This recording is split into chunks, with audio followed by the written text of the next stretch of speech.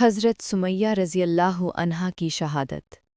Medina से दूर, मक्का की तपती हुई ज़मीन, जहाँ ज़ुल्म अपने उरूज पर था और हक़ की आवाज़ दबाने की हर मुमकिन कोशिश की जा रही थी। इसी सरज़मीन पर एक कमज़ोर मगर ईमान में पहाड़ जैसी मज़बूत ख़ातून थीं, हज़रत सुमैया बिन्त ख़य्यात। वो ना कोई लश्कर रखती थीं, ना कोई ताकत, लेकिन उनके दिल में ईमान की वो रोशनी थी जिसे दुनिया की कोई ताकत बुझा ना सकी। उनके शौहर हज़रत यासिर और उनके बेटे हज़रत अम्मार बिन यासिर सब ने इस्लाम कबूल कर लिया था।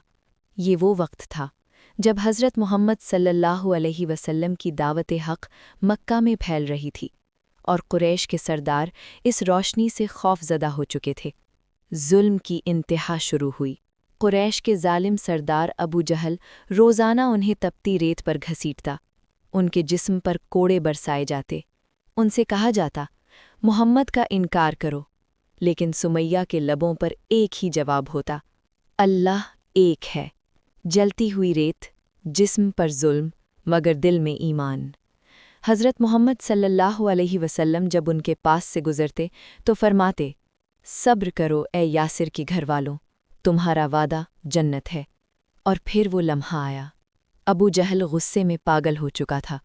उसने नेज़ा उठाया और एक बेबस कमज़ोर ख़ातून के जिस्म पर वार कर दिया। यूं इस्लाम की पहली शहीदा हज़रत सुमैया रज़ी अल्लाह अन्हा अल्लाह की राह में अपनी जान कुर्बान कर गईं। उनकी शहादत सिर्फ़ एक वाक़या नहीं थी, बल्कि ये पैगाम था कि ईमान कमज़ोर जिस्मों में भी मज़बूत हो सकता है, कि सच के लिए जान देना ही असल कामयाबी है। आज भी हज़रत सुमैया का नाम सब्र, इस्तिक़ामत और कुर्बानी की अलामत है।